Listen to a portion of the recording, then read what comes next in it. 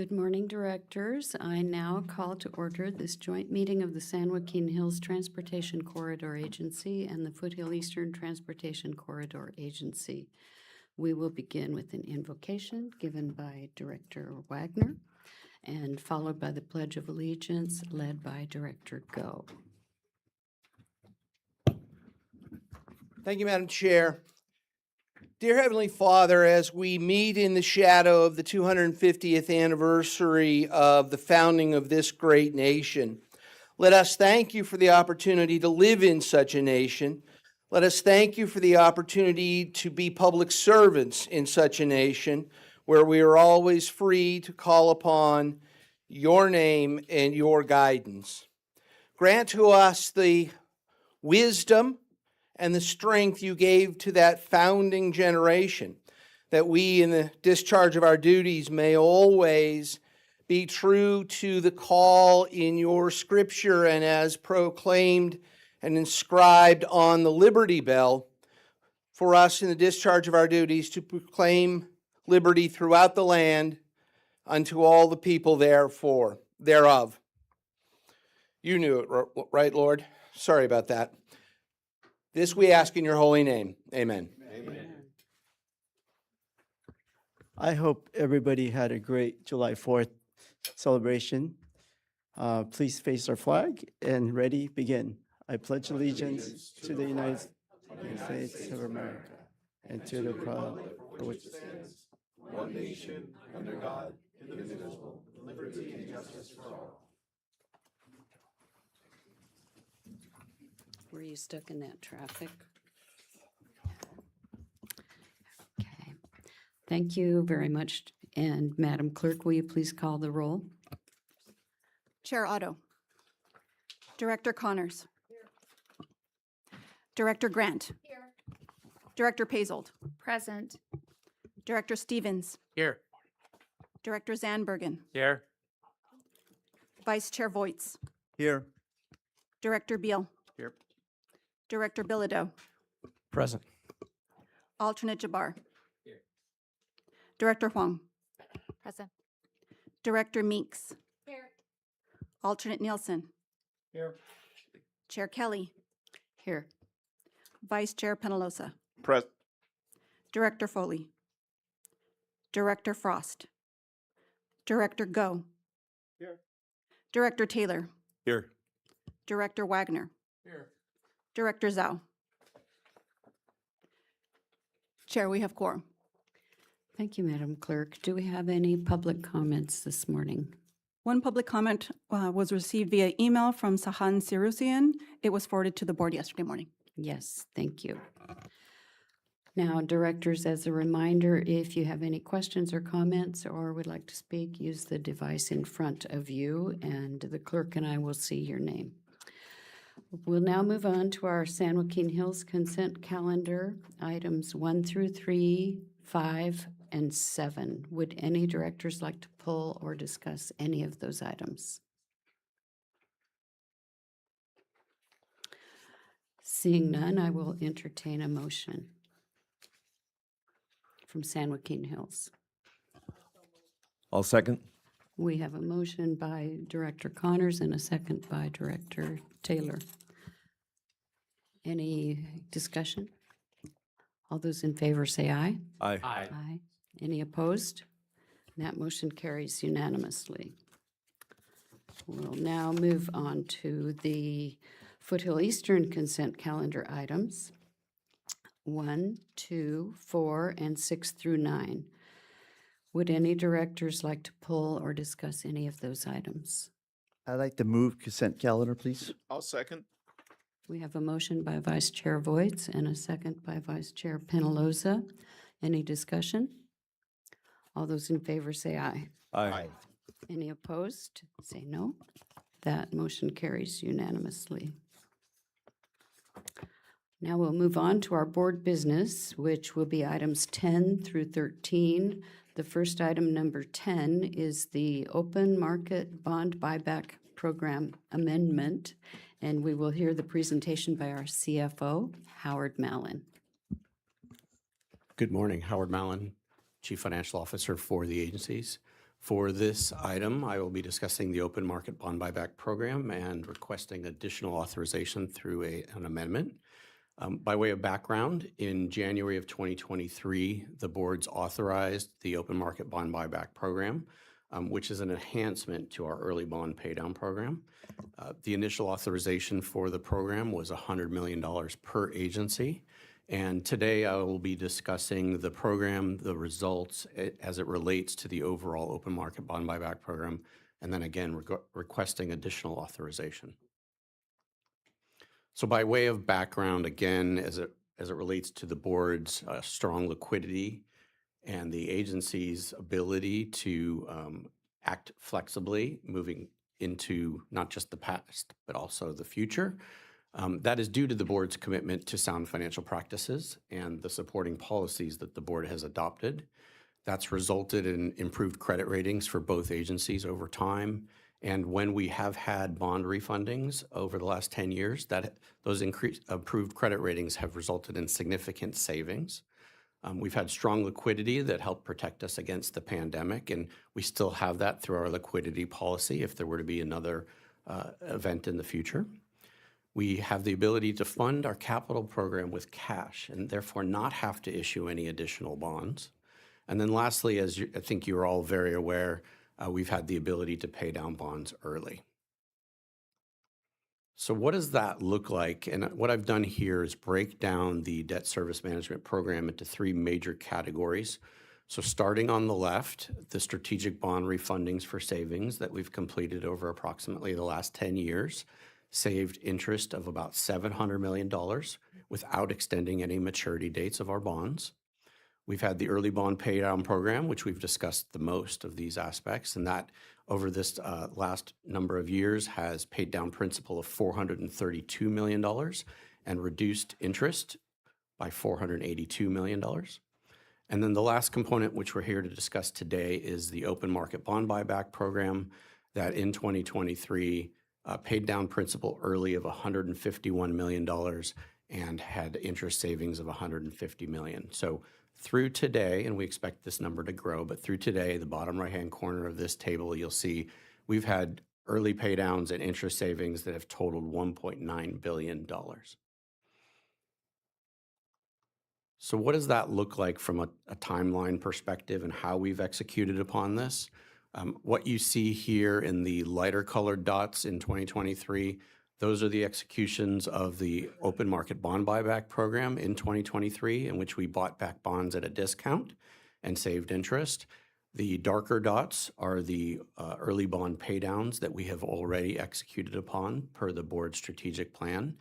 And then the dots in 2027 and early 28, you'll see are those upcoming, the ones with the horizontal lines. And so the board has approved for San Joaquin the $47 million paydown in the fiscal 27 budget. And per the strategic plan, we expect also for Foothill to execute upon the $123 million at the beginning of fiscal 28.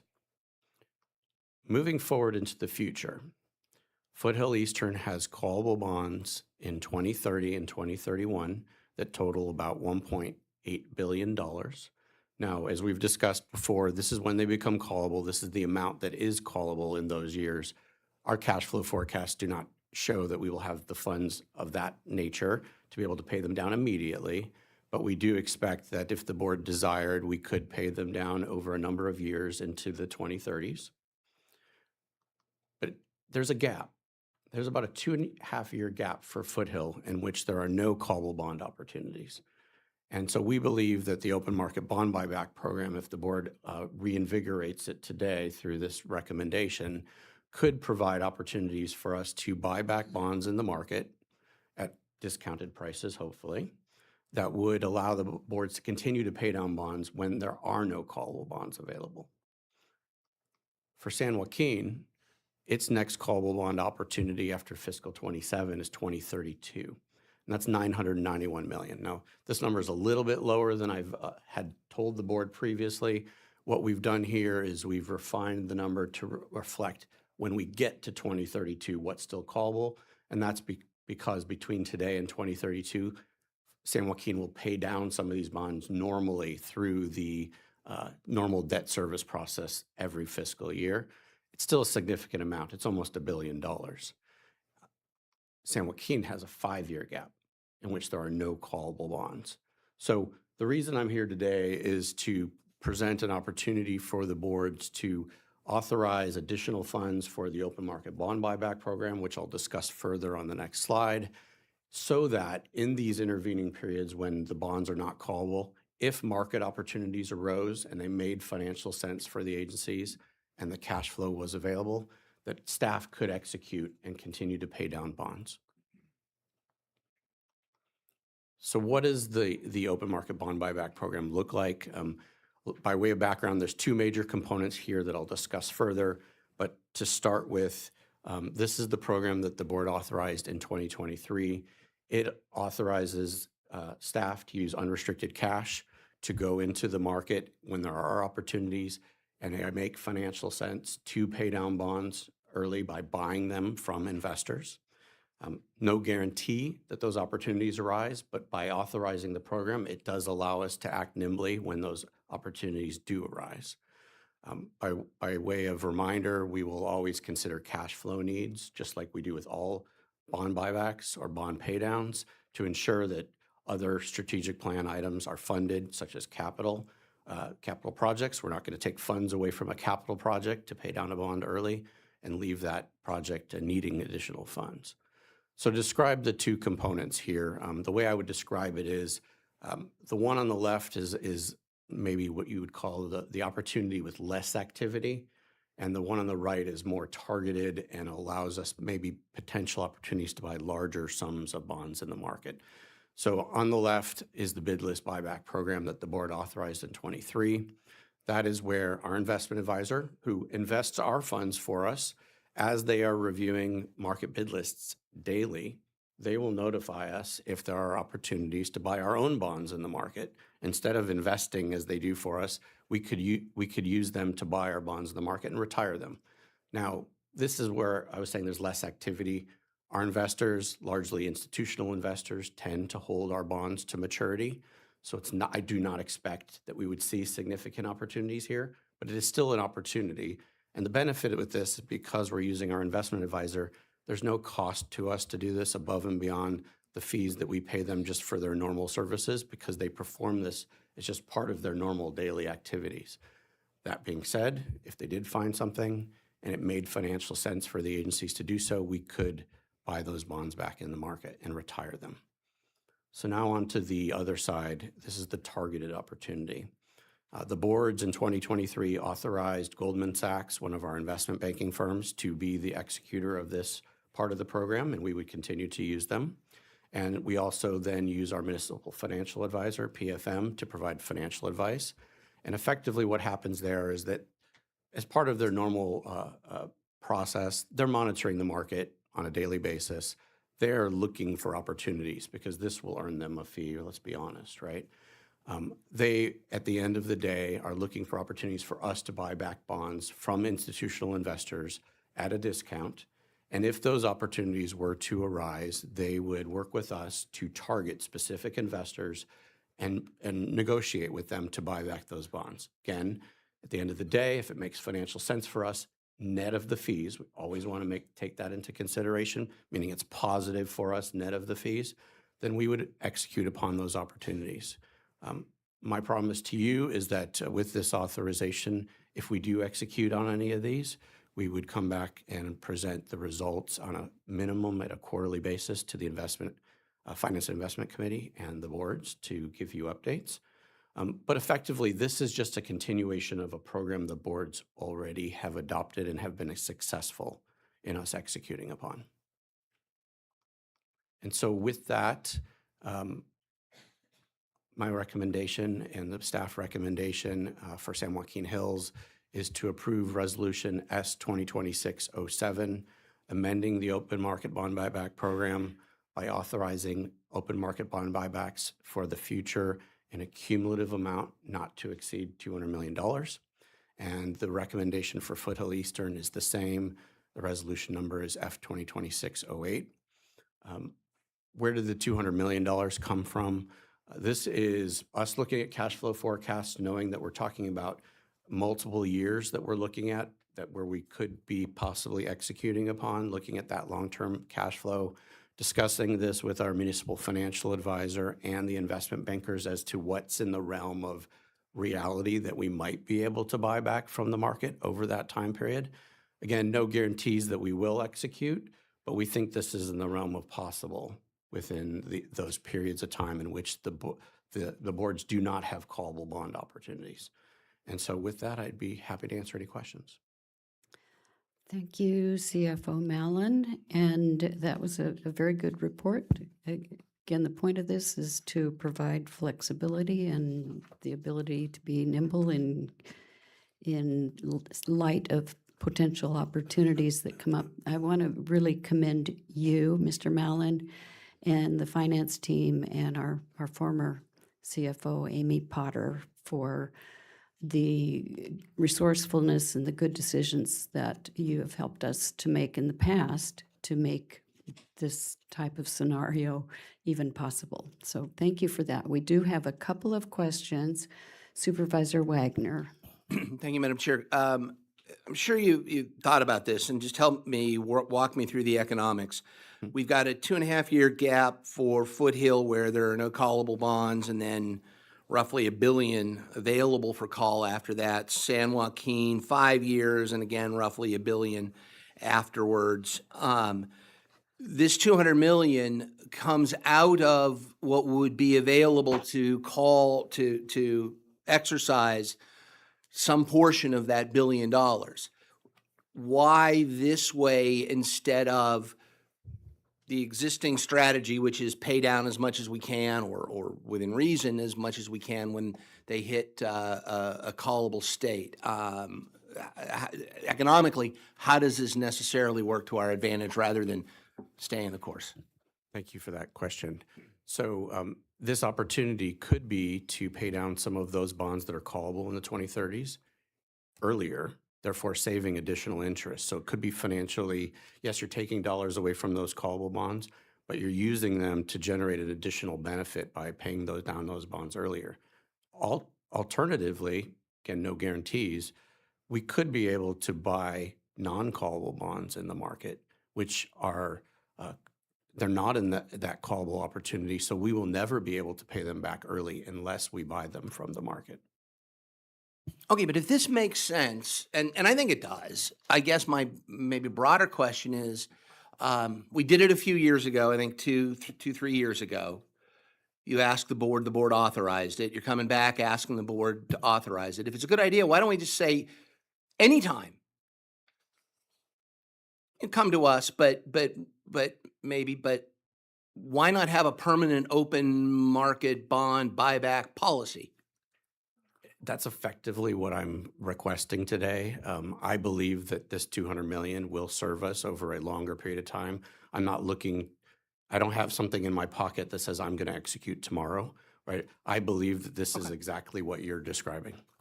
Okay. I'll move the item for both boards. Second for San Joaquin. Second for Foothill.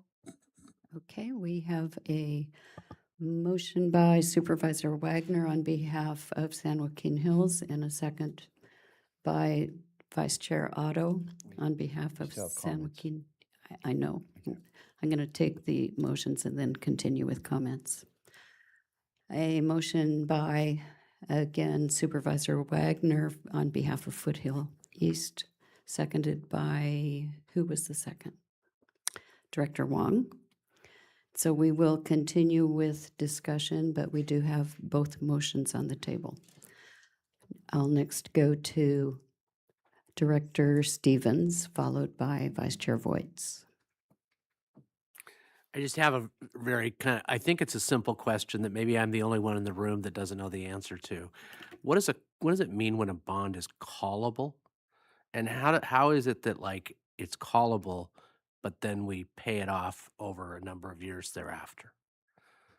So the way it works is that when we issue the bonds, there's a term that the investors accept in that bond that says, let's say it's a 30-year bond, that we could choose without any penalty to pay that bond early after, say, 10 years. 10 years is pretty standard. That's what's called callable. And that means that we have the ability, without having to pay any penalty, to go to the investor and say, we're not going to pay you for 30 years. We only paid you for 10. You've accepted that up front, and we're going to give you your money back today, which is at the 10-year period. That is a callable bond, and that is what the investors accept up front. I see. So when we get to these dates that you're talking about, it's our option, but not our obligation at that point to pay down the bond early. Correct. Okay. But before we get to those dates, we can buy the bonds in the open market and basically retire the bonds. That's correct. Okay. Thank you. Good questions. Thank you. Vice Chair, we're so glad that we have such professional experts working for us and identifying these opportunities. Vice Chair Voits, followed by Director Grant. Thanks for the presentation. And I feel like the money that we've saved was a ribbon of success for our agency because of the amount of interest we've served. But I've been on the board where we've come back to where bonds are callable, but the market rates were favorable, so we refinanced.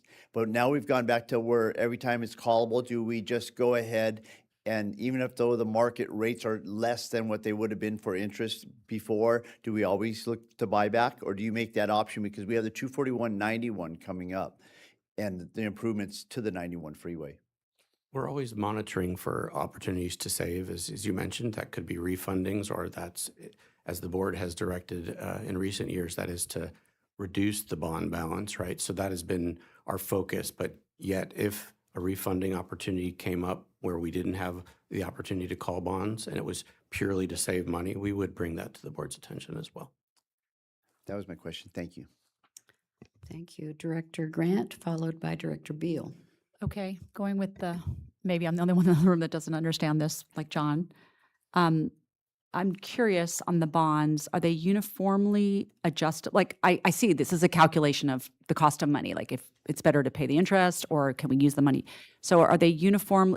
Do we have any sort of uniformity about whether they're adjustable or not? I mean, is the calculation always changing, or do we actually know it going in, like if the rate, interest is less than, you understand my question. Are they uniformly adjustable or not? So all of our bonds are fixed rate. They are but, fixed. But we have many bonds that are at different rates. Let's just say Okay. that they're generally between 3 and 4%. So we know exactly when a bond comes due, or for buying it in the open market, what our rate's going to be extrapolated out. So that makes sense to be constantly looking at that. Yes. The other question I had for you was, I'm not sure this is exactly on topic, but it's something I'm interested in. When we're looking at this timeline of paying down, so just relating to San Joaquin, but the same question could apply to Foothill.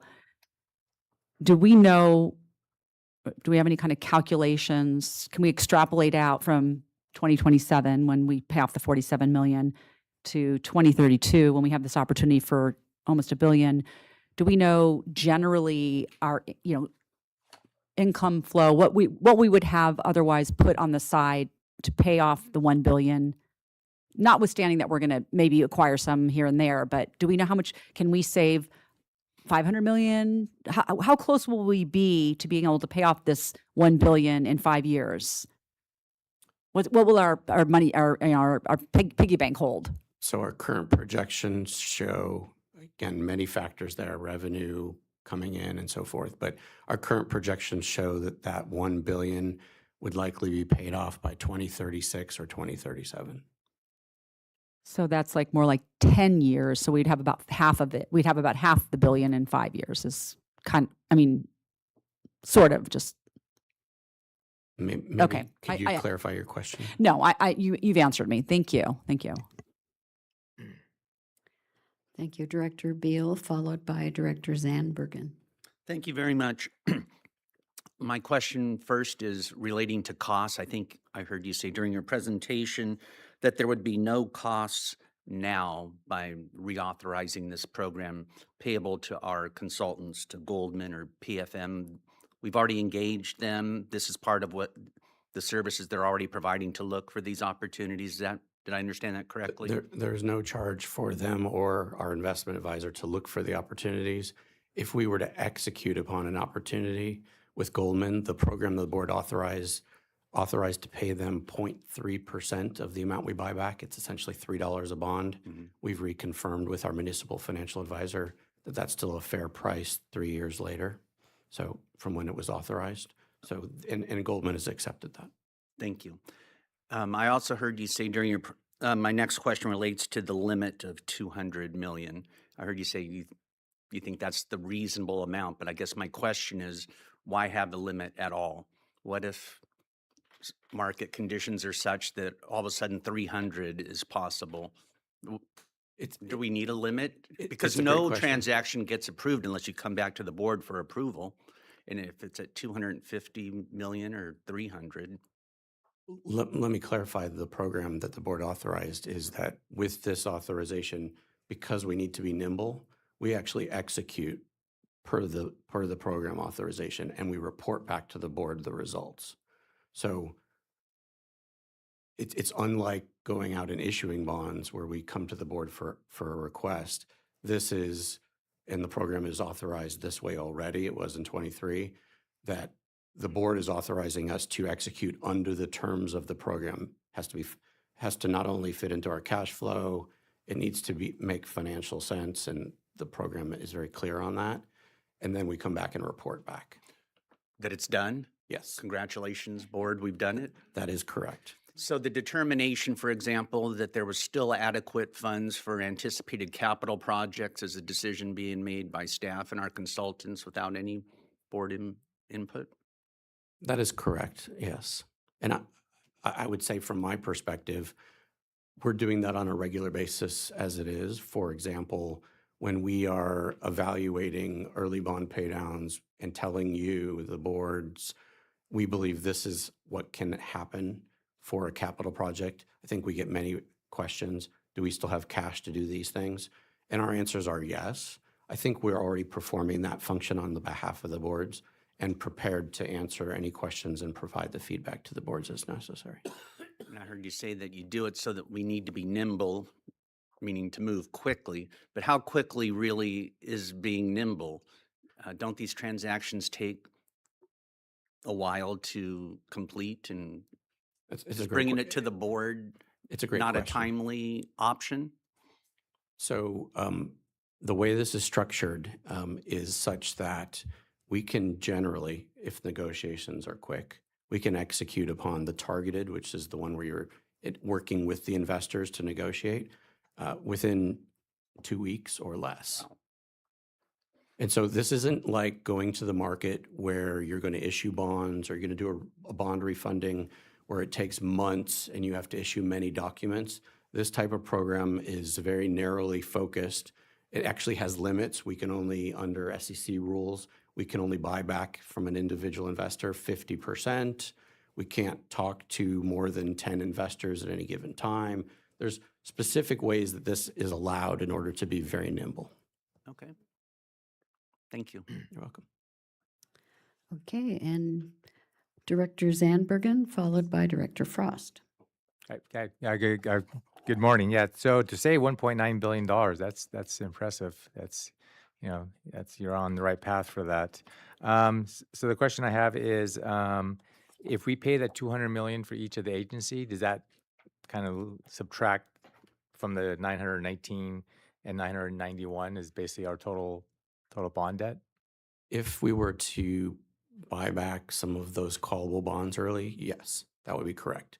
Now, if there were opportunities, and it's not on the slides, but we still have for both agencies, we have non-callable bonds, which we are just supposed to pay back through their maturity dates, which are in the mid-2040s, let's just say. If those opportunities were to arise, then it does not impact the ability or the callable bonds that you saw in 2030s. Okay, so you're just taking advantage of the callback on when you have the opportunity, when you have these funds available. And it's better to use these funds to pay this off versus the future development of the additional toll road route, that the totally separate entity, separate project. That's something that we would consider.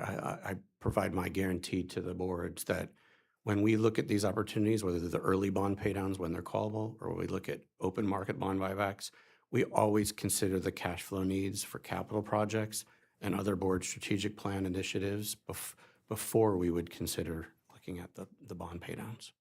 All right, very good. Thank you. Director Frost. Thank you, Howard, for a good report. Just for clarity, when our investors identify potential buybacks, they are actually providing you not just, hey, this is the potential.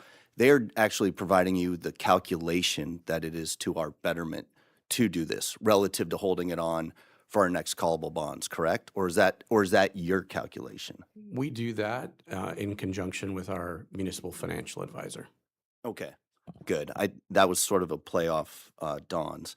I think it's really smart, but there are more transaction costs for us. So there certainly may be opportunities that we do not take, I would assume. It really depends on the conditions and what we're able to negotiate. The way this generally would work is we're looking to buy them at a discount from the market. Very good, thanks. Very good, very smart. It sounds like we have we had some good positive questions, and thank you for providing good answers for us. I'll now ask for the vote on behalf of San Joaquin Hills. All those on San Joaquin Hills Board in favor say aye. Aye. Any opposed? That motion passes unanimously. And now on behalf of Foothill Eastern, we have a motion and a second. All those in favor say aye. Aye. Aye. Any opposed? And that passes unanimously. Thank you. Thank you, Mr. Mallon. Great job. We now come to item number 11, the 24191 Express Connector Public Outreach and Marketing Services Contract. We'll hear from Wayne Brown, Deputy Director of Government Relations.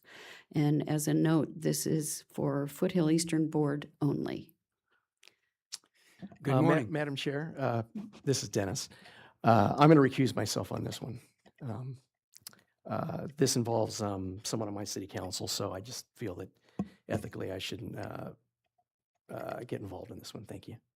Okay. Mr. Attorney, does he stay or does he need to go in the other room? He should go in the other room if he's going to recuse himself. Okay. Thank you. Thank you, Director Bilodeau.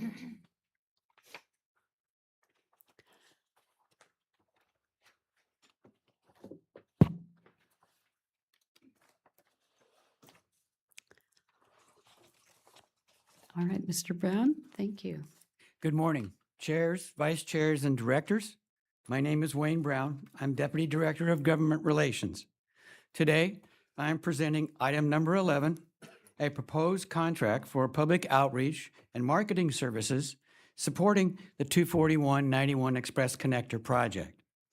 The External Affairs Committee, at its May 28th meeting, recommended forwarding this item to the Foothill Eastern Board for consideration and approval. I will be the project manager responsible for administration and community outreach.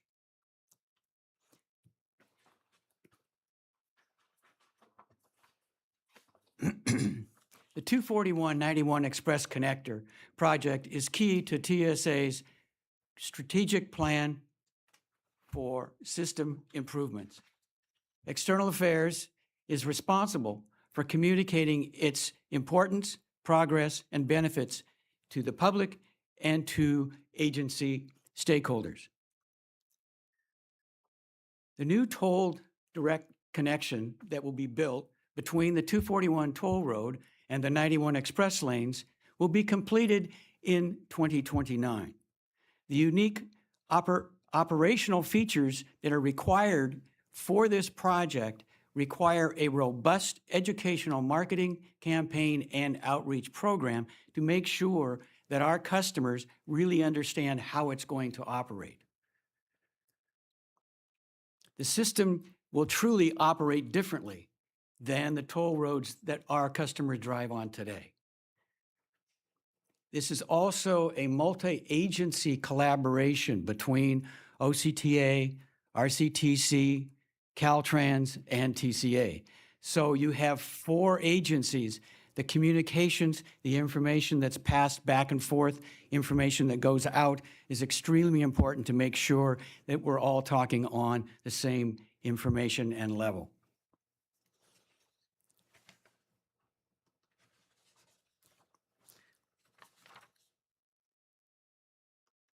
Thank you. The scope of the work for this project and this procurement. The scope of work focuses on several key areas designed to support both outreach and educational efforts, including conducting focus groups and customer research to form strategies in developing a comprehensive public outreach and educational marketing plan. The consultant will also help staff create key messaging and identify target audiences and ensure communications are tailored and effective. Digital strategies, particularly geo-targeted outreach, will play a major role, along with good old community engagement and stakeholder outreach to elected officials, chambers, institutions, and emergency service providers. In addition, the effort includes creation of educational tools like videos and a complete educational hub built on a project website. Again, ongoing coordination with partner agencies is vital. As we collect data over the period of the project, it will be analyzed to measure effectiveness and adjust strategies and messaging when possible and needed. The actual procurement process. This is a best value procurement with a not to exceed contract based on time and materials. The request was released in January of 2026. An evaluation committee was with extensive outreach and marketing experience, including TCA staff from external affairs and capital projects, plus representatives from our partner agencies and one independent outreach marketing consultant reviewed all of the proposals. 9 proposals were received and reviewed. The 5 highest ranked firms advanced to the interview phase for further evaluation.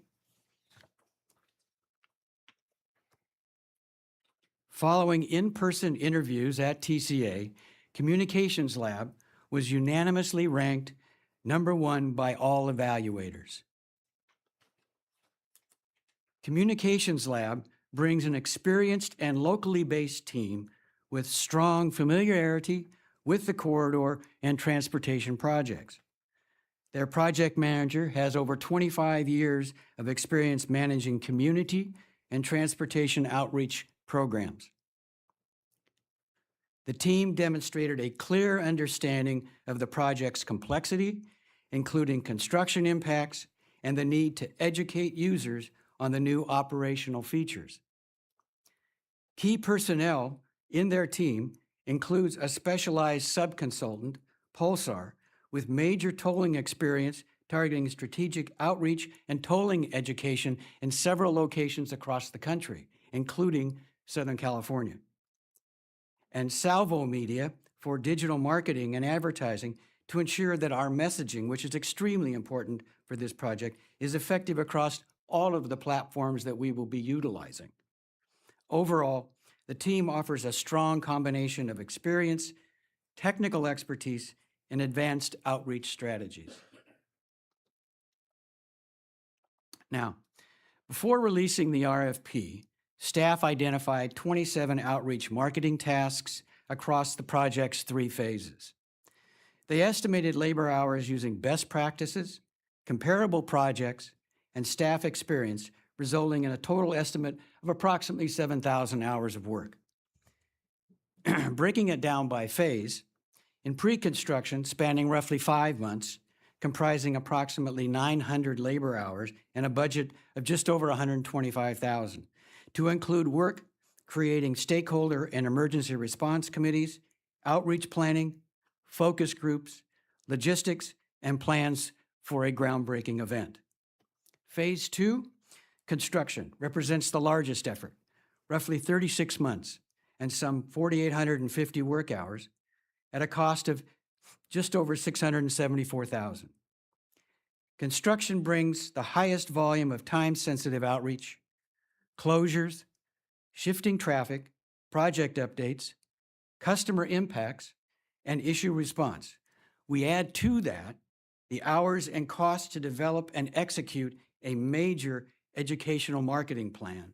Two key challenges running parallel paths during this phase explain the increased hours and costs. Phase 3, post-construction, 1,250 hours of work spread over a period of 7 months, costing close to $174,000. Focused on education and system adoption. We will be out of construction, but the work won't have ended. Making sure once the connector is open, users understand its requirements and rules. And that's what that post-construction will be all about. In addition, approximately $159,000 is allocated for other direct costs across those 3 phases, such as media buys, animation, public opinion research, and outreach materials, bringing the subtotal to $1,132,300. A contingency of 5% would be available to cover unexpected costs deemed necessary, which is roughly around $56,000, with a total budget of $1,188,915. The outreach and marketing services contract is included with all other 24191 Express Connector costs under capital projects. Staff recommends that the Foothill Eastern Board authorize the CEO to execute contract number K001588 with Barrows and Associates, LLC, doing business as Communications Lab, to provide outreach and marketing services for the 241 Express Connector for a 4-year term with a 1-year extension option in the amount of $1,132,300. Also authorize the CEO to execute change orders to contract up to 5% or $56,615 for additional services if needed without further board action. Staff respectfully recommends approval and is happy to answer any questions. Thank you, Mr. Brown. That was a very good, comprehensive report. I see Vice Chair Voights. Yes, thank you for the report. And with much enthusiasm and excitement, we all are excited about this project coming forth. Do we have a date for groundbreaking yet? At this particular time, and some of this depends upon how Caltrans is moving forward. Did you, Director? Yeah. Director Voights was going to give an update on the project in my CEO comments. I can do it now. Project, as you know, is advertised. We did expect that bid opening would have happened already. However, we had a number of bidder inquiries that came in, had to issue 2 addenda to the bid package. The bid opening date is currently scheduled for July 16th, which puts us on schedule for a groundbreaking ceremony in late November, early December. Great. Congratulations. We're excited. Phase 1, obviously, this is going to be like tearing out your kitchen and remodeling it for the beginning. So phase 1 seems like it may be a little bit light because the fact that, are we going to lose any lanes on the westbound 91 as we go, or the eastbound directory on the merger? Are we going to lose lanes as they start the construction site? Well, the actual construction part of it will be up to the construction team. We will get information ahead of time as to how that will be developed. I mean, let capital Thank you, Wayne.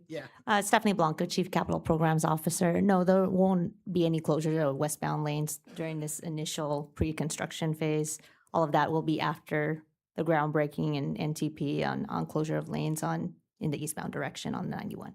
Because from the top of the hill, as you go down, you get the diverters, and it gets to be kind of a mess. But then when the construction starting, I can just imagine with the equipment moving onto the left side of the freeway, as you're transitioning over to the west 91, it's going to be kind of a mess. And so I think that messaging is so important. So phase one, phase two, or I think that phase one is a little light because obviously as we gear into that, we're going to have to prepare people for what's coming.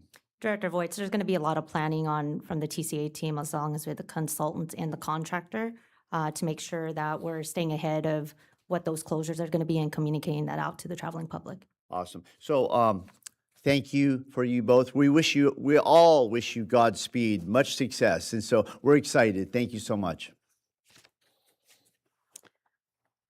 Okay, we'll have a question from Director Meeks, followed by Director Frost. I just had a comment, and I talked to staff about this. I think it's going to be important that we craft our messages depending on the audience. The message is very heavy on the usefulness of the lanes, the new technology that we're using and all that. But when they come out to some of the local communities, the messaging needs to include what it's going to do to alleviate some of that cut-through traffic in our neighborhoods and things like that, because those are the people, they're not using the toll facility, they're already home, but it impacts them so much, and so this will be a real benefit for them, and I want to make sure we include that message, but I've already talked to staff about it, and it will be included. So I am excited to get this project moving forward, obviously, and I'll move approval of this item. Thank you. I'll second. Thank you. We have a motion by Director Meeks and a second by Vice Chair Penaloza, and we'll continue discussion. Director Frost.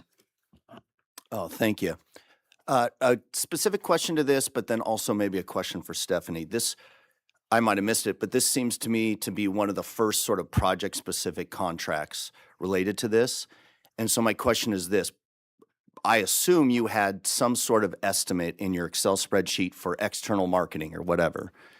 Curious, does this land within it? And then as we sort of go forward, how do you interact with us in terms of as you contract this out and buy this out? Hey, are we under budget, over budget? So if you could walk me through this specifically, but then sort of what you think going forward. I can take that question. Thanks. Director Frost, this is within our budget, project budget, within the $524 million for the overall project budget. As far as updates, we're going to have regular updates with the board as it relates to progress on the project as well as costs. So that will happen on a regular basis with the board. Was your budget, when you say 561 or 564, whatever it is, was your budget detailed enough? Were you expecting to spend on external marketing? That's exactly correct. We did speak with external affairs in terms of putting that budget together. Was it more or less than 1.1 million, I guess is my question. I'll answer those. Michelle Miller, Chief External Affairs Officer. Prior to going out with the RFP, our team sat down just on the experience we have and looked at everything that we wanted to accomplish on the phases. And from there, we developed the budget and the estimated hours of the 7,000 hours. So we feel confident that we can get all deliverables and education done in that time and with those hours. So, Ms. Miller, I think the question here is the amount we have in the staff recommendations under what we had budgeted in the project estimates originally? Oh, yes. Sorry about that. Yes, we had earmarked up to $3 million as part of the $525 million for outreach over the life of the project. So we're under that. Fantastic. By more than half. Now, if Stephanie can just, every scope of work, you need to beat by 66%. Very good So, then. yeah. Good, as long as it's under, good. Yep. Thank you for creating enemies. Director Zandbergen. Yes, hi. Can you give a brief overview what this marketing is going to look like? Is it all electronic? Is it TV? Is it billboards? I mean, that's a lot of marketing, or like Yes. how will it be ranked as working or not working, or a success or not a success?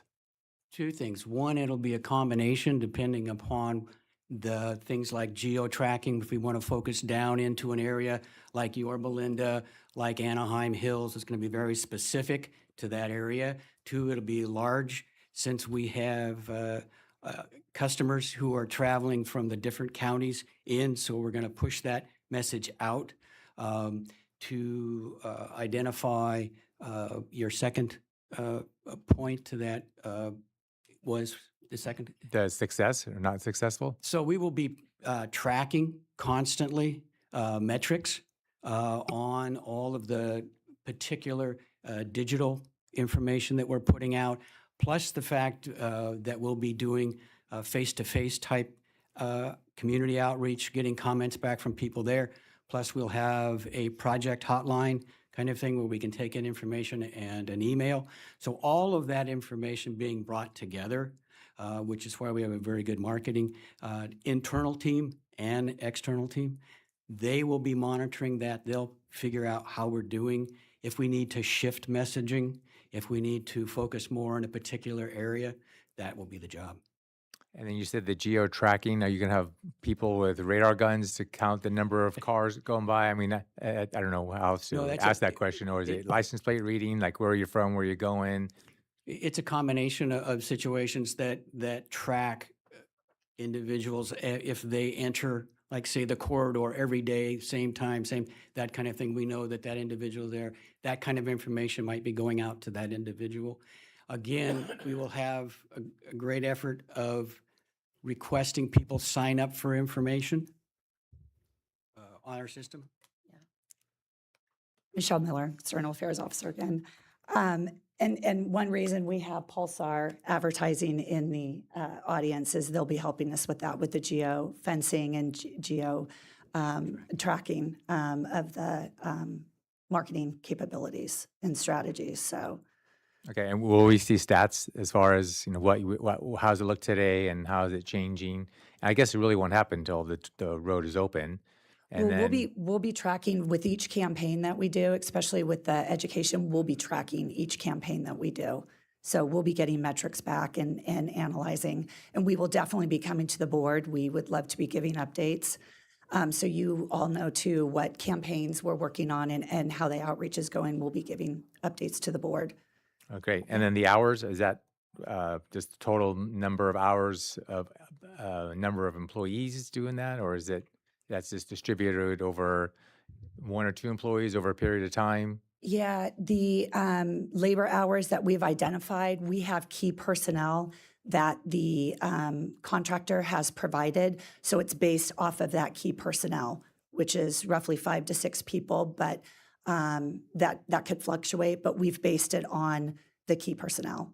Okay, and we'll have, when we're on Instagram, we're gonna have pop-ups that say, hey, the toll road's open, or this is what's going on, or Facebook, and those are the obvious ones. I know there's a lot of other ones I don't know of, but those would just be pop-ups to say, this is what's happening, go this way, or Definitely the campaign, like you had asked, would be multi-pronged. So there'll be different components, which would include website information, community engagement, the geo-fencing, and geo-tracking, as well as social media platform. Okay. So very multi-pronged to make sure we reach most individuals or as many individuals as we can. You're saying old people to young people, right? That's what you're saying. The whole gamut, yes. So- Okay, my last question, you mentioned something about the cost for the pricing, or you know, how that's going to be different. Is it going to be a different transponder? I think there's going to be a different cost, I assume, but do we have that number, what it's going to look like? Or how do you track the number of people in the car to go on the express lane, or is that part of that? Is that too many questions?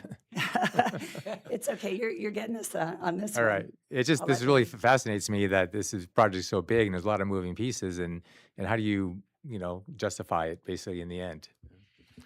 Well, Director Zamberg, I come with additional reinforcements here. All right, lay it on me. So let me start with the transponders that we use today, right? The stickers that are in our vehicles and the switchables that we use for express lanes will work on the express connector, right? So for those vehicles, for those drivers that want to qualify for discounts, they're going to want the switchables, right? So that they can declare their occupancy on the connector, and then so they can do so again when they get on the express lanes if they're going to, you know, keep riding out in that direction. Okay. Okay. Does that answer your question? Yeah, and then the cost, do we know that, what that's going to be to take the new toll, what's it going to cost extra to take the new toll road? Oh, the express connector, Yeah. that's going to be dynamically priced, right? So Okay. that's hard to say with any degree of specificity, but it'll fluctuate, just based on demand at the time. Okay, great, thank you. Okay, you got it. Director, if I can add a little bit more to what Mr. Valdez had said, the major component of this project that's unique is progressive demand management. So as you may recall, we've talked about how we have a limit on volume we can put into the 91 express lanes. And so during the super peak periods, the Thursdays and Fridays at 3 o'clock to 5 o'clock in the afternoon, where the queue is backing up, we have to restrict how much volume we put on the 91. So we will be doing that by using a ramp meter, by dynamically pricing the facility. So when demand is high, price goes up, so less people use the connector. That's the function of dynamic pricing. And then if we still can't control that, we may have to go to carpool only mode, which would be a 2 occupancy, 2 people in a vehicle, or 3, and then a progressive way. The last part of the progressive demand management would be transit only mode. So that's the complexity of this project, and that's one of those key reasons why we need a public outreach contract like this to make sure the public understands that function. It's very unique for the SCAG region. And then I will add, we're doing much more than just the social media stuff with this procurement and the contractor. We have a microsite that will be specific for this project, and we are also collecting customers that can opt in so they can receive different types of targeted communication for this project.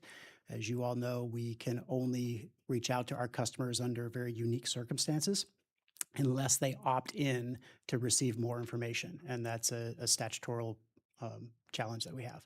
So we will also be growing that database of opt-in customers. Okay, thank you. I see also Mr. Lockery from Communications Lab is here in the audience, so he's hearing all of our questions and taking it all in as well. We have one more speaker, Supervisor Wagner. Thank you, Madam Chair. And I supported this in committee. I'll support it here, but in some ways you're trying to talk me out of it.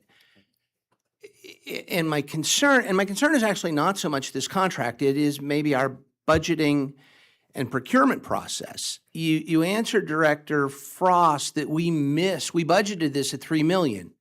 And so we missed. Now, thankfully we missed under, but we missed by 2/3.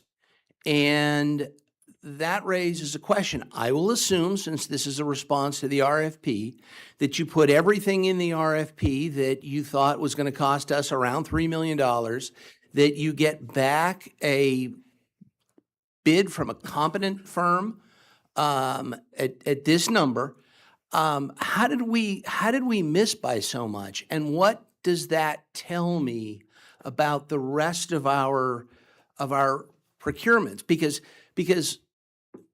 instead of $3 million, $1.5 million might have been a more reasonable number to put in there, and then we'd have had that additional 1.5 to do other things with.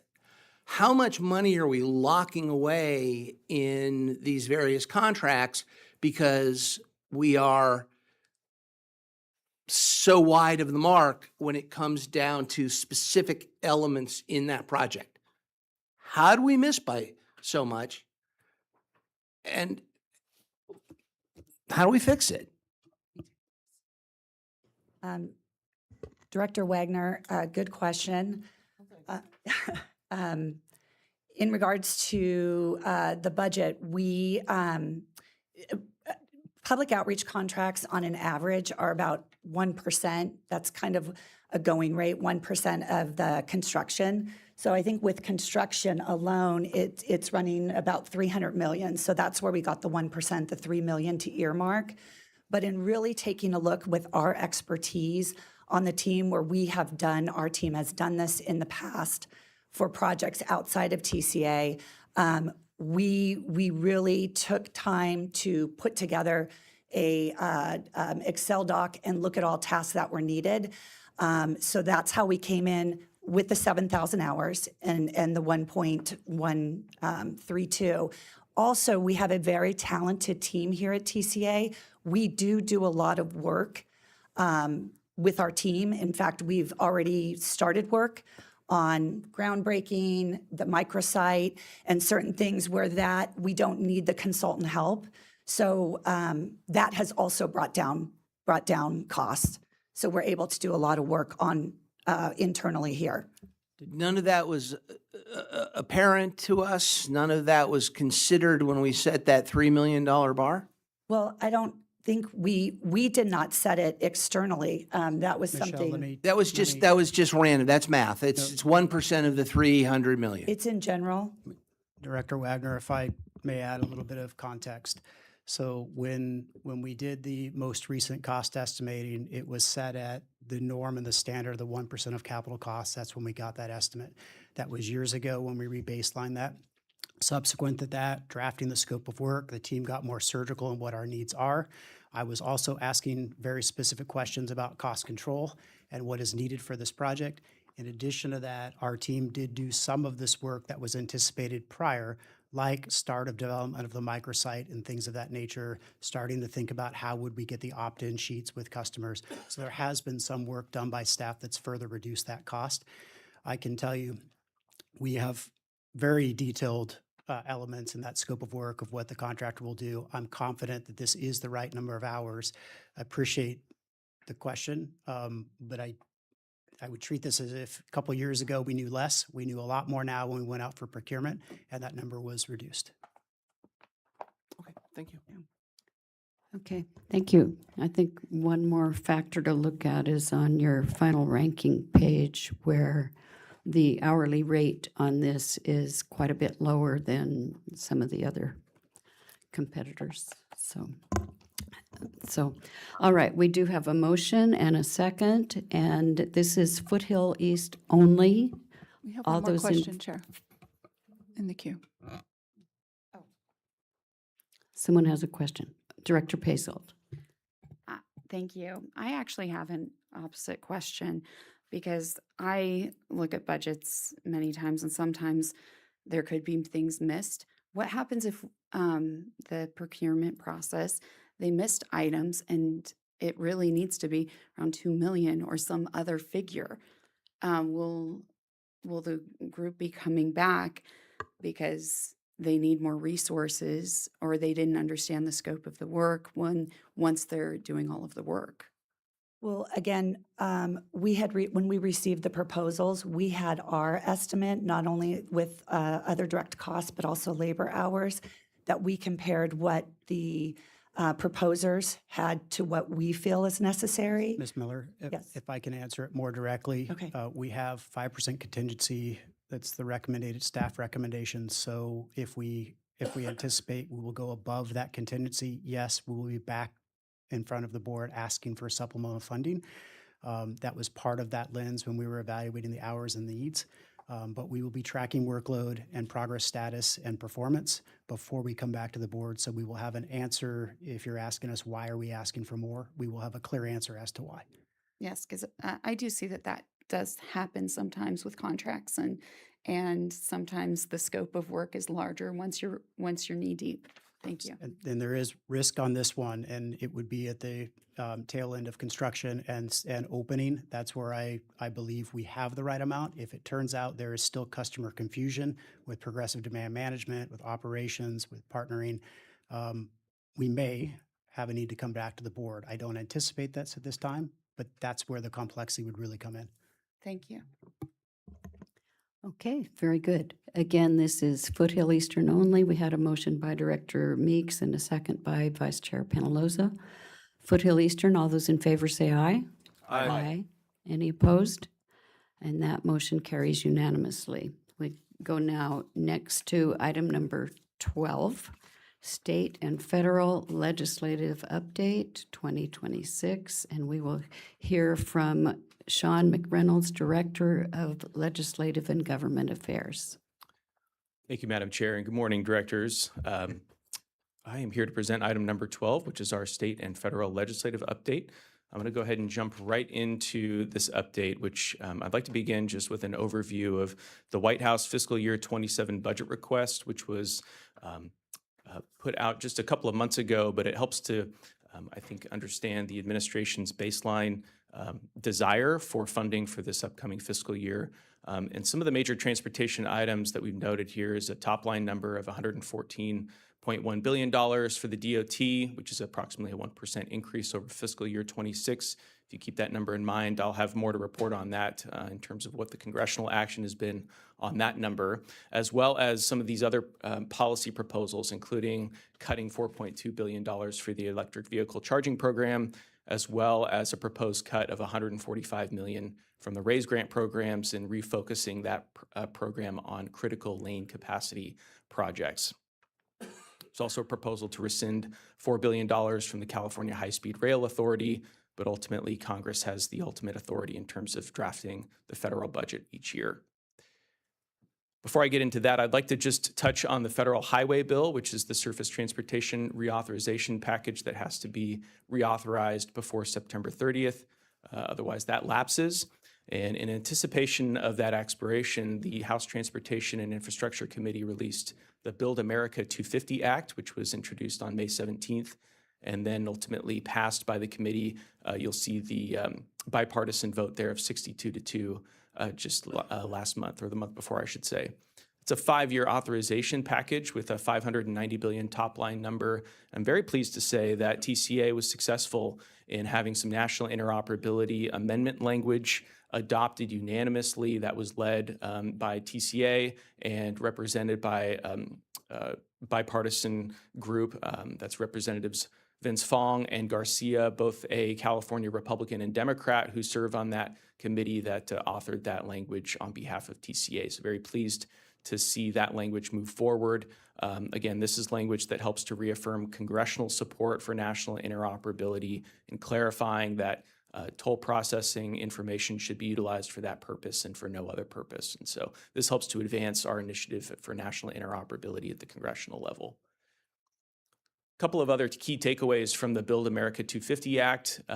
There's enhanced bridge funding, approximately $56 billion, which is plus up from the prior package, as well as a new EV registration fee program, which would impose new fees at the federal level for electronic vehicles. That's $130 for EVs and $35 for plug-in hybrids. Those fees would increase marginally every 2 years, but would sunset after approximately 10 years. And again, this is to help with some of the solvency issues in the Highway Trust Fund. So that's included in this package as well. There's also some capital delivery and NEPA reforms that are included here to help streamline getting transportation projects built faster and cheaper, as well as the autonomous vehicle framework that we've been anticipating as Congress has been debating this issue over the last several years. That's included in this package as well.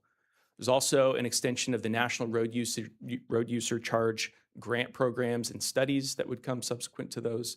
So more funding and studies of a national and statewide road user charge to also deal with those solvency issues at the Highway Trust Fund level.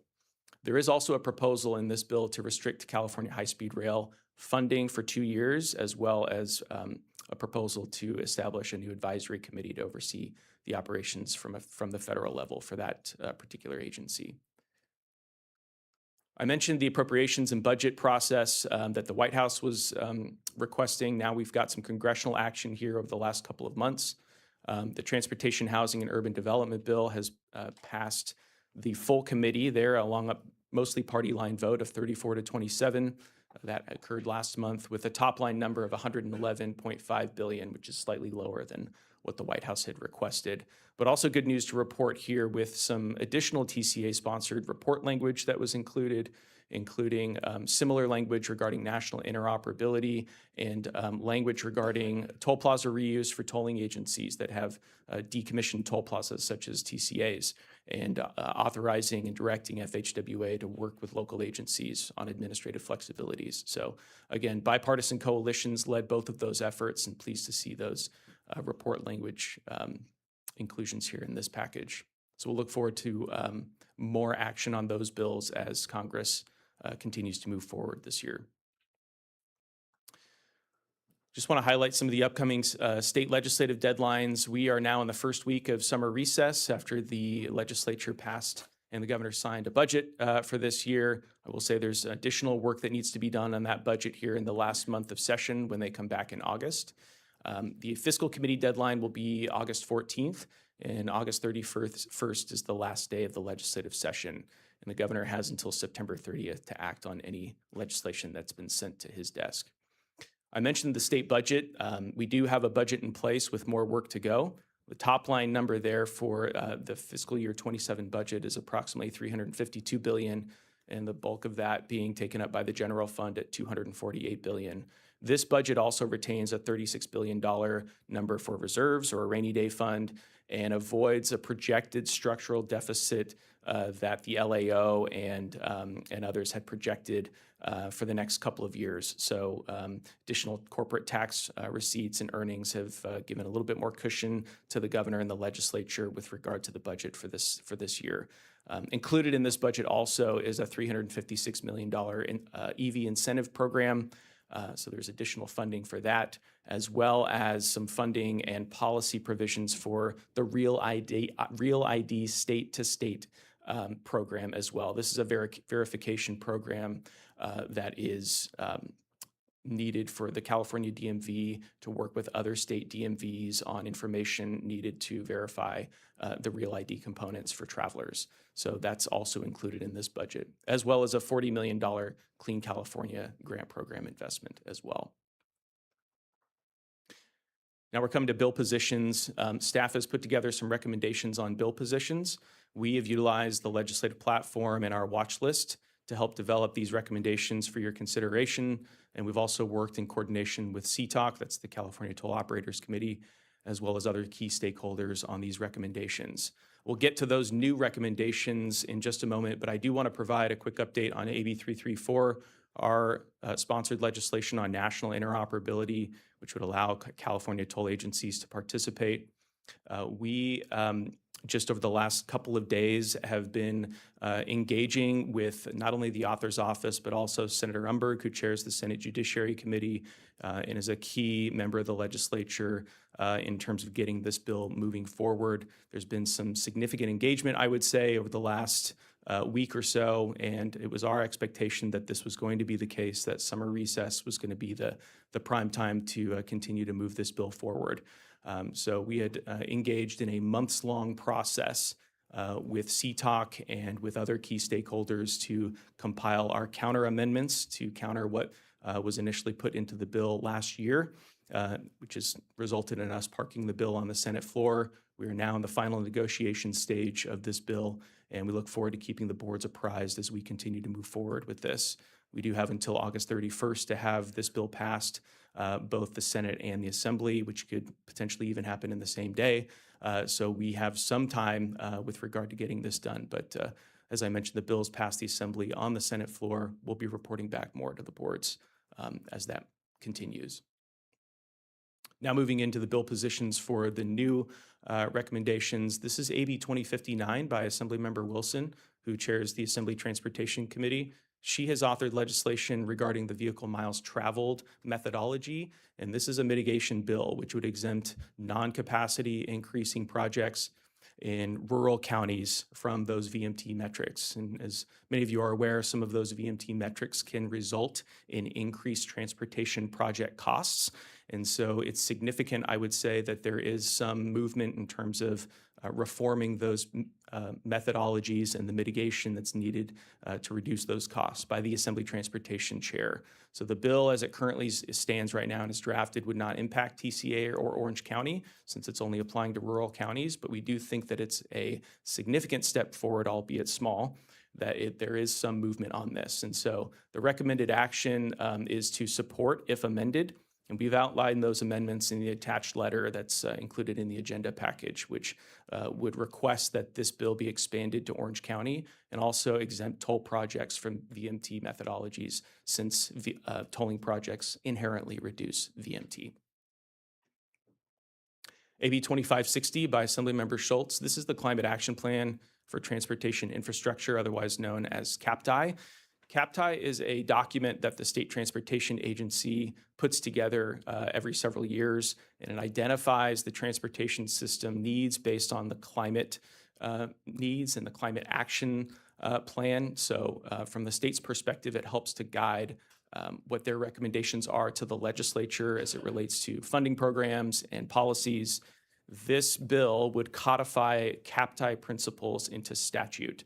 And the challenge with some of that, as stated by other key transportation stakeholders, is that this may lock in some of those principles which are designed to be evolving and changing based on the evolution of the transportation system. And instead, it codifies those, creating some potential question marks regarding multi-agency approvals for transportation projects. So in accordance with our ledge platform, the recommended position is to oppose this bill.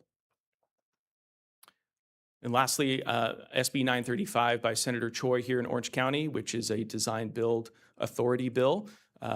This bill would repeal the existing sunset date for design build delivery method, which is used by local agencies and was actually used by TCA to help construct the major portions of the toll roads under what was considered then the largest design build contract in U.S. history. And so this really aligns with sort of the goal and the mission of the agencies is to allow for flexibility to move capital projects in a timely fashion under budget. And this bill would allow agencies to continue to use that capital delivery method. So the recommended position is support there for this bill as well. So the board recommendation for both boards is the same, and that's to support AB 2059, to oppose AB 2560, and to support SB 935. I should clarify, to support AB 2059 with the requested amendments. Madam Chair, that concludes my presentation, and I'm available for questions. Thank you. Directors, Director Taylor. Yeah, thank you, Mr. McReynolds. That was a great report. How does that work with when the federal government approves national interoperability? Wouldn't that take precedent over all states, or why do we have to continue with a state requirement? It's a great question. The MAP 21 proposal, and ultimately what was signed into law, this was back in 2012, included a provision that required all toll operators throughout the United States to be interoperable, and specifically to develop business practices and rules in order to participate in that program. There wasn't a whole lot of specificity included in that authorization and that federal mandate. So there is some question marks between to what extent the state has some oversight and to what extent the federal government has some oversight. And so there was a requirement to meet that national mandate in 2016. Obviously, that has not occurred since California is not participating. And as a result of that, the Western region has not been participating. And so we are having a multi-pronged approach to getting national interoperability authorized here in California, both at the congressional level and also via AB 334. Thank you. Vice Chair Voights. Thank you for the great report. Obviously, congratulations on passing the Assembly for AB 334. The Senate, as we move forward, has the tolling agencies of California now come together in support of AB 334? We have near unanimous support on the amendments that we had a months-long engagement with the exception of one particular agency. There are also some agencies that are fairly neutral on this. They don't necessarily see a lot of out-of-state transactions on their system, so they're just choosing to be neutral, but they don't have any issue with the bill as it's drafted. All right. Well, thank you. Mr. I'll move. Mr. McReynolds, I think it would be appropriate to articulate why one agency opposes. So at a high level, Golden Gate opposes, and they oppose for the reason that they think the new language and the amends are too restrictive on data sharing. They've articulated to Mr. McReynolds and I and other 8 toll operators that they would like it to be less restrictive. So that's the reason why at a high level, and that's the message we're carrying forward to Judiciary staff and Senator Umber's office. And the fact that the state wants it to be restrictive. You're absolutely correct. So that's it. The one agency wants to be less restrictive, and the state legislators, there's a few that want it to be more restrictive because of privacy rights, and so that's what they're concerned about. I'll move the item. Thank you. Second. Okay, we have a motion on behalf of Foothill. Second. Is there a second? Director Taylor made the second, and Voights made the motion. So Foothill Eastern, all those in favor say aye.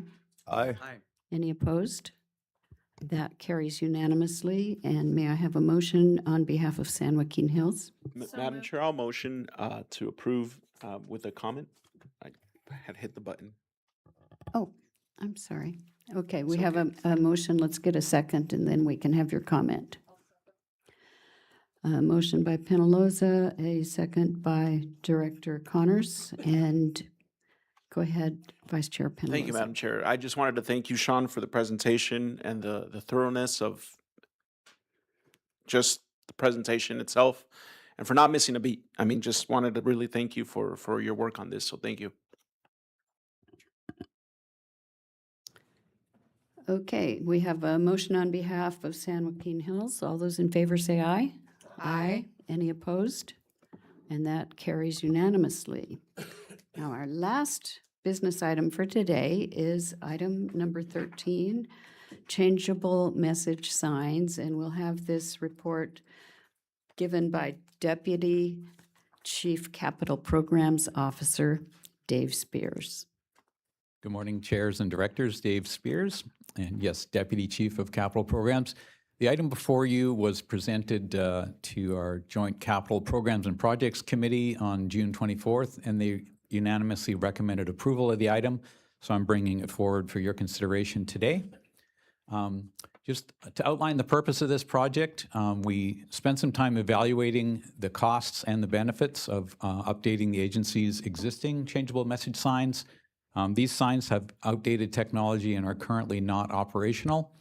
And we've also looked at a phased approach of first looking at the existing signs, then considering some new signs on the system, and finally looking at something called virtual CMS signs that I will present. I wanted to mention this is linked to our capital improvement plan. We do have a project there for developing this, so it's in your adopted plan. And also the adopted strategic plan includes these tenets of forward-looking solutions to address increased demand on our system, maintaining free flow traffic conditions, and using innovative technologies that enhance safety and increase efficiency. And really, these CMS signs check all of those boxes. These are 4 elements that what we want to accomplish with this program. First, we want to modernize the existing signs for full functionality. We want to realize the benefits of being able to communicate directly with our customers. As was mentioned earlier, there's some restrictions on how we can communicate electronically, but this is a direct route to message customers that are on the roads. Third, we want to consider additional locations, so a phased approach for future enhancements.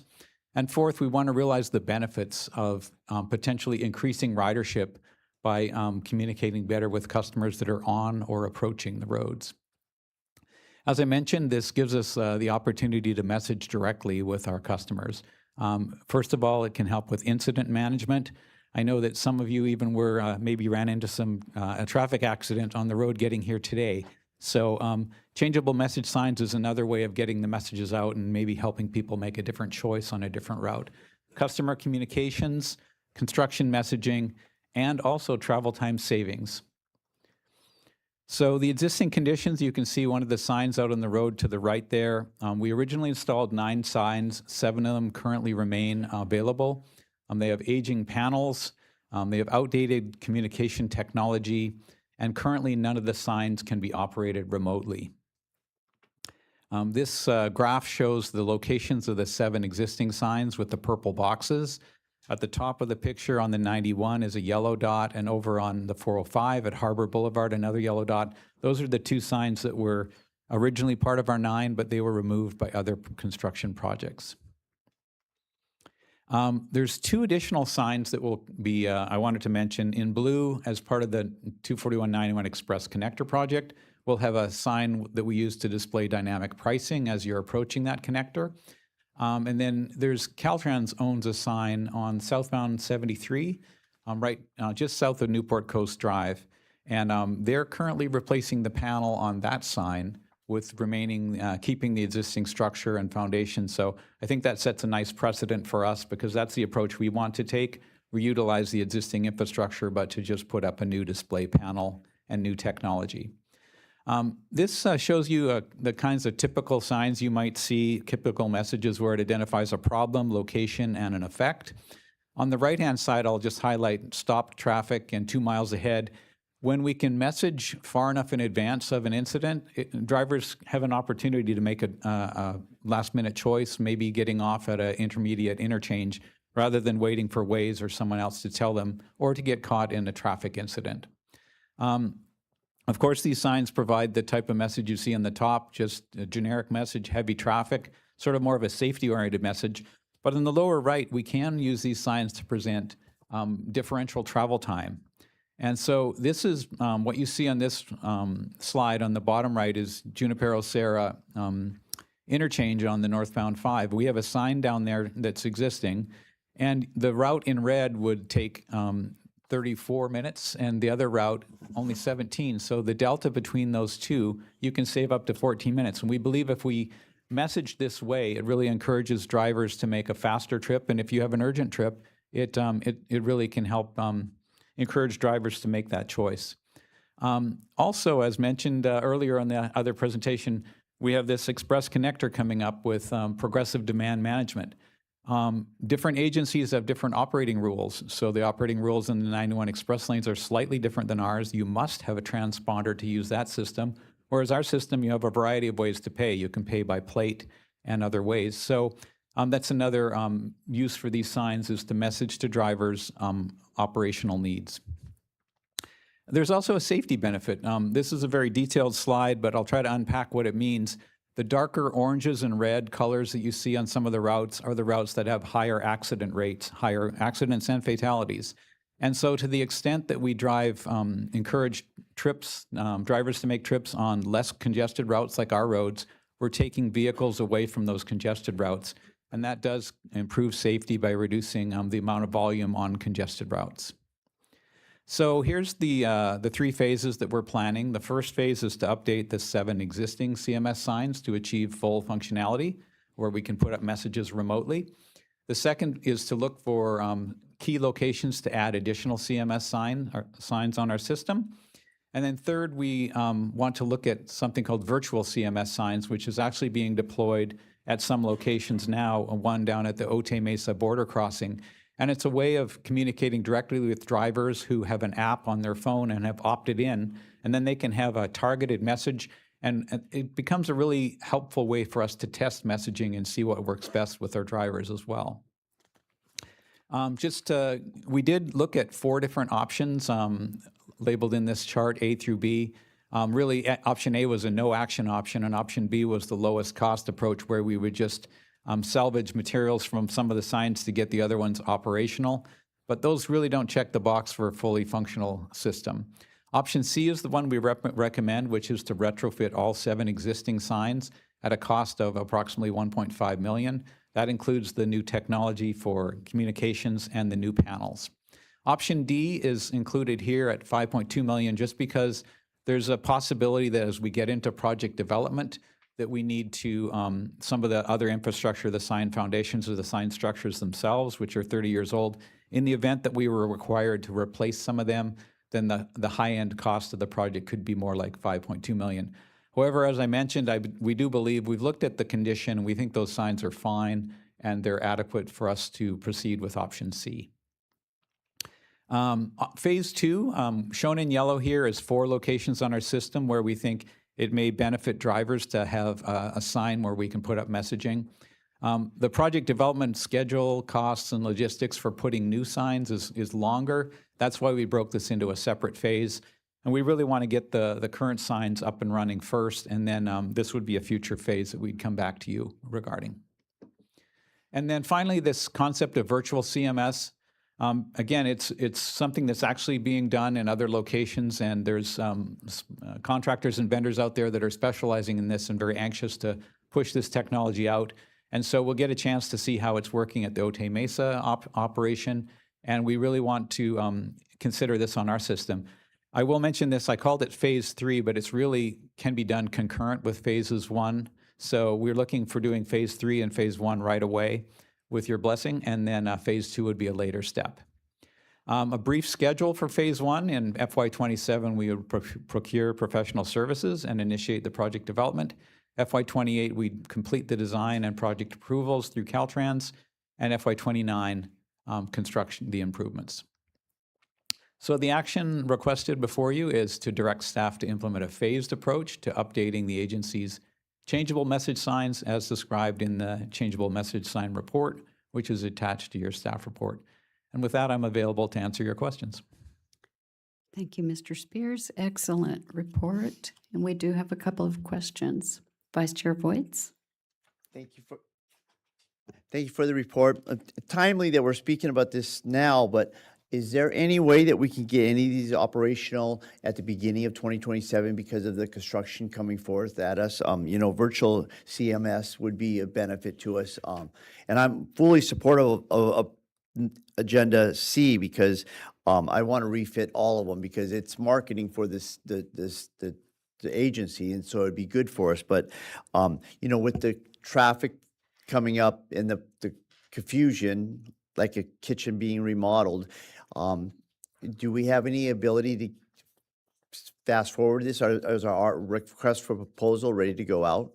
Well, what I'm asking for today is your permission to proceed with a process. So we would bring a consultant on as quickly as we can following our standard procurement process. And then to answer your question about can we do some of it faster, we can certainly look into that. And I do believe that there would be targeted locations where a sign that would be key to messaging for the 24191, we could advance that quicker. So that's something that we've already talked about as staff. And that's something I'll take that as direction from you that you're interested in us advancing it faster than that broad schedule that I presented. I am. I'm in, especially on the 241 as we get up to the interchange of the 405. I mean the 241 and the 91 interchange. So I'll make a motion and enthusiastically say that target that 241 and our best positions that we could on those signs on that 241.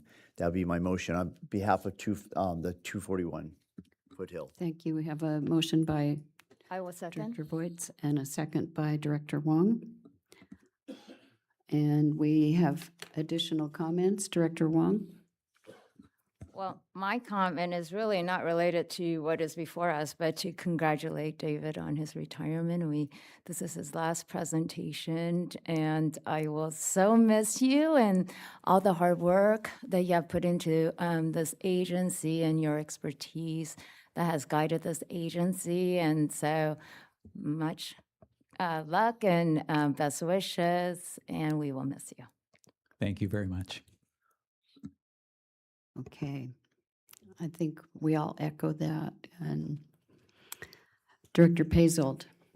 Yes, thank you. This information is extremely important, I think, especially as drivers, there are changes made with AI and everything.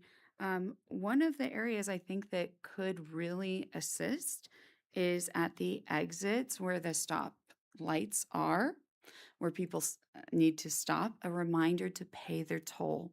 Because when you're driving, you're not really paying attention that you need to pay the toll, and the signs are green, and you sort of just, when you're driving through, you don't really see those signs that say that we need to pay our toll. But having something maybe that flashes or changes colors, and something that attracts the eyes more than something that is green in the same sort of signage. So I think it'd be really nice to consider having some sort of sign at the exit, because you have something that you mentioned about dynamic pricing, the introduction prior to entering the toll, which can assist. But I think a reminder to let people know they have 5 days, just a reminder, 5 days to pay, how to pay might be very beneficial, especially if somebody's sitting in a stoplight anyway. So. Thank you for the comment, and we are definitely always looking for ways to communicate with our customers and to make sure that they're aware that they're on a toll road and that they're aware of the ways to pay. We do have the large blue signs out there throughout the system, but I'm thinking as I'm hearing your comment, this virtual CMS, there may be ways to use that. Again, it's opportunities for us to enhance how we communicate with people who use the road. So thank you for the comment. Yes, there are signs, for example, at the outdoor malls. So they're fixed signs, and you can use them virtually. I mean, or you can program them virtually, and they're not that expensive, from what I understand, in comparison to some of these larger signs. But they may be something you may want to look into as something smaller that you may be able to see the messages. So just a thought. Thank you. I'll take note of the comment. Thank you. Thank you. I don't see any additional comments. May I have a motion on behalf of San Joaquin Hills? I'll move. Second. Motion by Director Payzold, a second by Chair Otto. So we'll take first San Joaquin Hills. All those in favor say aye. Aye. Any opposed? That motion carries unanimously. And Foothill Eastern, we had the motion and the second. All those in favor say aye. Aye. Any opposed? And that carries unanimously. Madam Clerk, did we have any public comments? There are no public comments, Chair. Okay, then we will go to our CEO report, Mr. Chamberlain.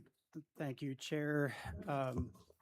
As you can see, our winning streak during this year's industry award season continues, with TCA and regional partner agencies being honored at the ACC-OC Leadership Summit and Golden Hub of Innovation Awards held on June 24th. Under the category of Transportation Innovation and Mobility Solutions, our 241-91 Express Connector partnership took the top spot. This accomplishment reflects the power of partnership, persistence, teamwork, and the ability to build consensus across county lines and tolling facilities to turn a long-held vision into reality. It also demonstrates the power of collaboration and what is possible when partners unite to solve regional challenges together. We had a very large number of attendees, including many directors on stage to receive the awards. I'm really happy to see that the stage held us all up. It was a real true sight to see. But we are honored that ACC-OC has recognized this effort and are thankful for the opportunity that this project is receiving in awards and accolades. Moving on, you all may have noticed in front of you the request to speak function on the iPads has changed. In the spirit of these agencies continuing to innovate, this was a product of our own IT staff doing some coding and developing an application that works on the iPad internally, saving us money from having to use a different software application process for request to speak. So innovation at all levels in this organization, and a congratulations to our IT team there. And last, and certainly not least, hopefully, where is Dave? Okay, I'm not sure if you want to stand up for this one or not. But as Director Wong had said, Dave has announced his retirement, for those that weren't aware. And we're honored to recognize Mr. Spears, who is our Chief Deputy Capital Programs Officer, our Deputy Chief Capital Programs Officer, as he retires. Dave has over 40 years of dedicated service in transportation and civil engineering. I am also pleased to welcome Dave's family, who's in the audience today. Thank you for joining us, and thank you for supporting Dave throughout his career and loaning him to not only TCA, but our broader transportation industry. Dave's accomplishments certainly aren't done alone. He has a team here to surround him, but I certainly understand the support from his friends and family. Very much appreciated, and allow Dave to excel in his career. So thank you for loaning him to us. I was going to have a lot more comments, Dave, but I'm going to wrap this up by saying I've known you for almost my entire career. You have been a staple in this industry, a rock. You are a pleasure to work with. Your calm demeanor is welcoming in all regards, and you will be missed here at TCA. And on behalf of the TCA team, I want to congratulate you in your future endeavors and your retirement. Thank you, Dave.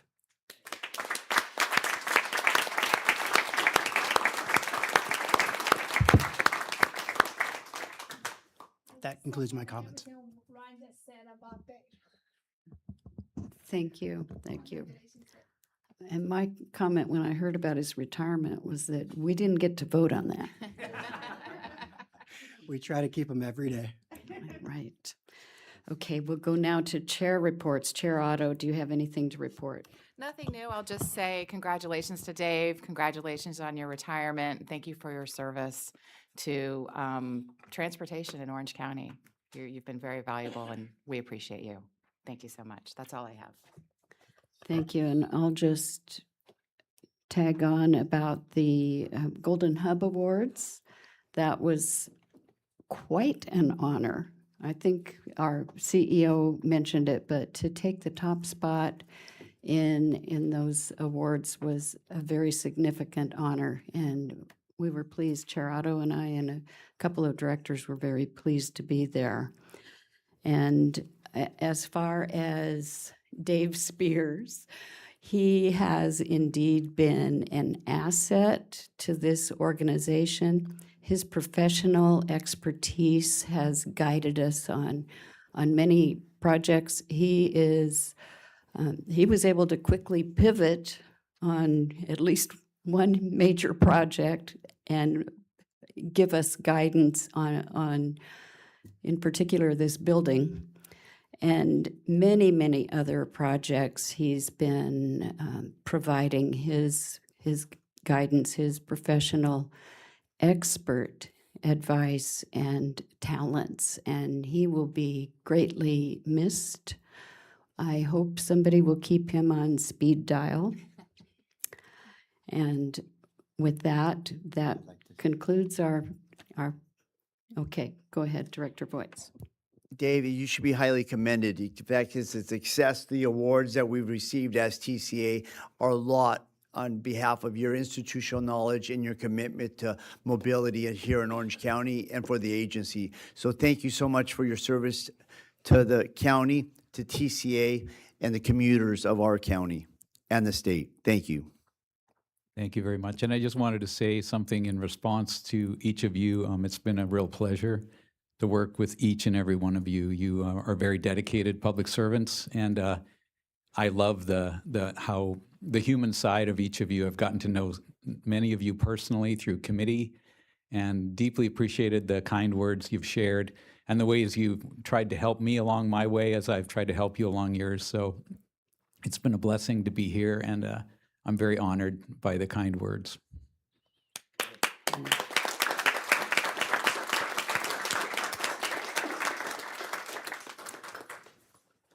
Thank you.